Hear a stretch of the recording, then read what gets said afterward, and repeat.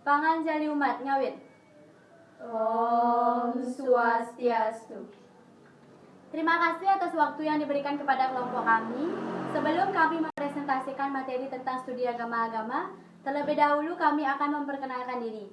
Perkenalkan, nama saya Nilurema Sugiastari, NPM 201044. Perkenalkan, nama saya Nimadianti Wismawati, NPM 201047. Perkenalkan, nama saya Nidisa Nistiari, NPM 201046. Perkenalkan, nama saya Nilina Wisniwati Febiantari, NPM 201045. Perkenalkan, nama saya Nimadeni Madapatuli, NPM 201043. Baiklah, kami dari Prodi Pendidikan Agama Hindu dari Ruang 2 akan mempresentasikan tentang pengertian, perkembangan, dan tujuan dari studi agama-agama.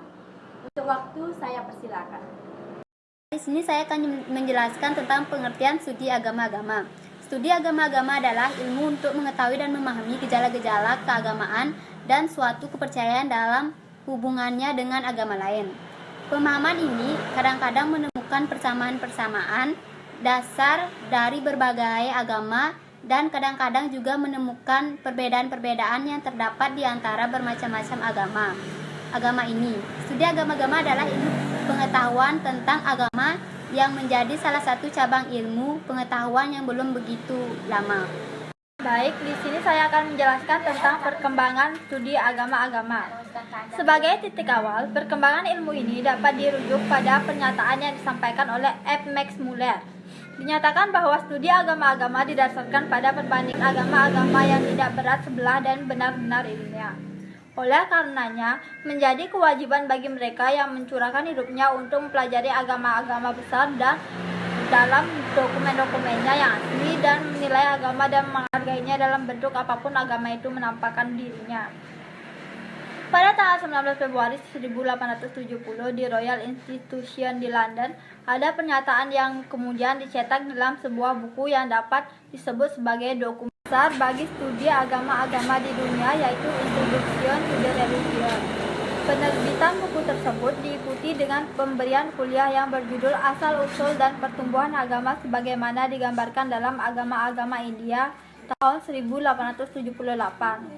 Babak awal studi tersebut diwarnai oleh antusias yang sangat kuat, keinginan yang sungguh-sungguh untuk memahami agama-agama lain, dan oleh kebutuhan yang bersifat spekulatif. Selanjutnya akan dilanjutkan oleh teman saya. Di sini saya akan melanjutkan mengenai perkembangan studi agama-agama di Indonesia.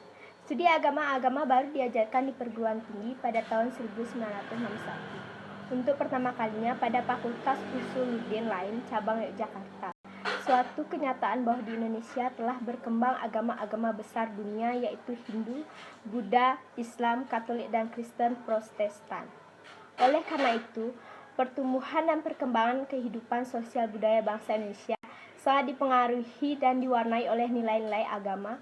Karena itu pula kehidupan beragama tidak dapat dipisahkan dari kehidupan bangsa Indonesia. Sebagaimana telah disebutkan di atas bahwa kehidupan bangsa Indonesia tidak dapat dipisahkan dengan kehidupan beragama, maka tujuan kuliah studi agama-agama tidak dapat dipisahkan dan tidak boleh bertentangan dan harus sejajar dengan tujuan pembangunan nasional seperti yang telah ditetapkan dalam GBHN. Ketetapan MPR nomor 2 MPR 1983, tujuan dimaksud adalah untuk mewujudkan suatu masyarakat adil dan makmur yang merata, material dan spiritual berdasarkan Pancasila di dalam wadah negara kesatuan Republik Indonesia yang merdeka, berdaulat, dan berkedaulatan rakyat dalam suasana kehidupan bangsa yang aman, tentram, tertib, dan dinamis, serta dalam lingkungan pergaulan dunia yang berbeda, bersahabat, tertib, dan damai. Baik, terima kasih atas waktu yang diberikan kepada saya. Di sini saya akan melanjutkan mengenai perkembangan studi agama-agama. Di dalam perkembangannya, studi agama-agama memiliki beberapa karakter, yaitu sebagai berikut. Yang pertama, ilmu ini tidak memberi atau menambah keimanan seseorang. Tegasnya, orang yang tidak beragama tidak akan dapat memperoleh sesuatu kepercayaan atau keimanan dari ilmu ini. Yang kedua, ilmu ini tidak membicarakan tentang kebenaran suatu agama. Oleh karena kebenaran itu adalah soal teologi yang menggunakan jalan-jalan lain yang berbeda dengan ilmu pengetahuan. Yang ketiga, studi agama-agama tidak berusaha untuk meyakinkan maksud agama seperti yang diusahakan oleh penganut agama itu sendiri. Dan yang keempat, cara penyelidikan studi agama-agama ialah mengumpulkan dan mencatat kenyataan-kenyataan yang terdapat pada berbagai agama yang diselidiki. Baik, selanjutnya akan dilanjutkan oleh teman saya. Terima kasih atas waktu yang diberikan kepada saya. Di sini saya akan melanjutkan tentang tujuan dari studi agama-agama. Tujuan studi agama-agama adalah yang pertama, untuk mengetahui dan memahami berbagai aspek dari agama-agama itu, baik yang menyangkut sejarah kelahirannya, perkembangannya, proses masuknya di Indonesia, serta pokok-pokok ajarannya. Yang kedua, mengambil manfaat semaksimal mungkin dari nilai-nilai agama tersebut yang dapat memperkokoh serta meningkatkan rasa persatuan dan kesatuan nasional. Yang ketiga, untuk melenyapkan rasa kecurigaan antar umat beragama di Indonesia dan melenyapkan gambaran yang salah terhadap ajaran agama.